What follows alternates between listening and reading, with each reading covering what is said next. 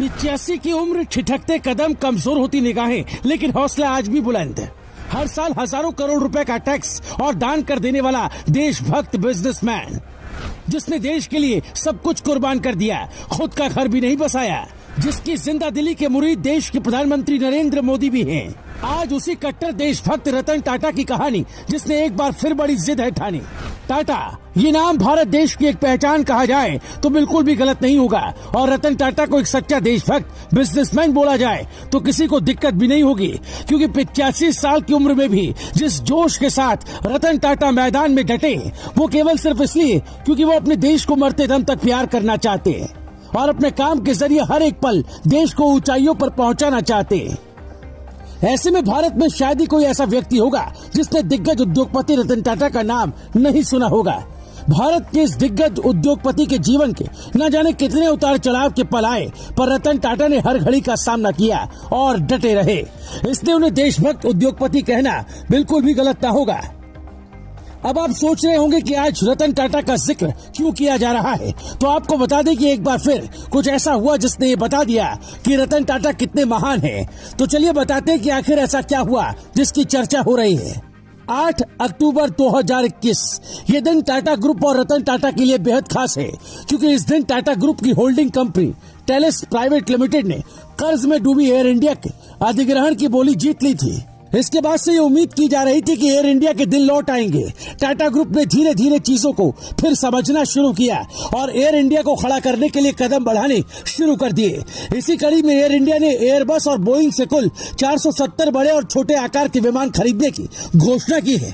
इसमें अमेरिका की company Boeing से 220 विमान का ऑर्डर भी शामिल है।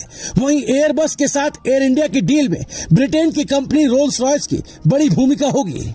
दरअसल एयरबस के विमान में जिस इंजन का इस्तेमाल होगा वो रोल्स रॉयस बनाएगी।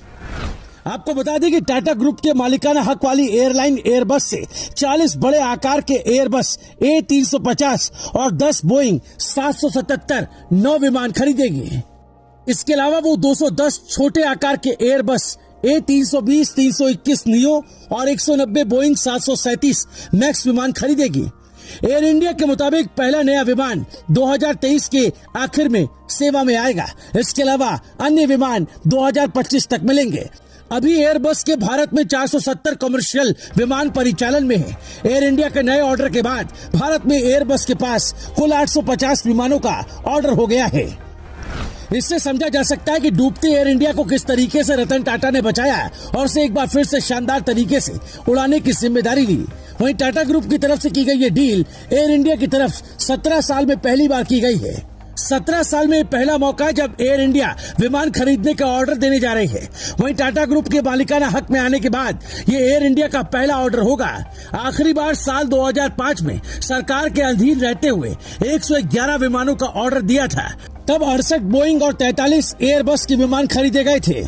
अब आते हैं इस सवाल पर कि आखिर सरकार ने एयर इंडिया को बेचा क्यों। लंबे वक्त से एयर इंडिया घाटे में चल रही थी। लगभग 60,000 करोड़ रुपए का कुल घाटा था।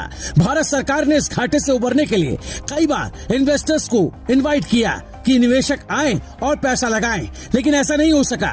इसके बाद सरकार ने एयरलाइंस को बेचने का प्लान बनाया। फिर टाटा ग्रुप ने 18,000 करोड़ रुपए में बोली लगाकर सरकार से इसे खरीद लिया और एयर इंडिया की उड़ान को फिर से जिंदा करने की ठान ली। आपको बता दें कि रतन टाटा की जिंदा दिली के आगे देश के पीएम भी नतमस्तक हैं। उन्होंने दिग्गज उद्योगपति रतन टाटा को पिछले साल बड़ी जिम्मेदारी दी थी और पीएम केयर फंड का ट्रस्टी भी बनाया था। इससे समझा जा सकता है कि रतन टाटा आज भी उम्र के इस पड़ाव पर आकर देश के लिए काम कर रहे हैं और बता रहे हैं कि उम्र का कोई भी पड़ाव हो, वो देश के लिए काम आगे भी करते रहेंगे। Bureau report, news live TV.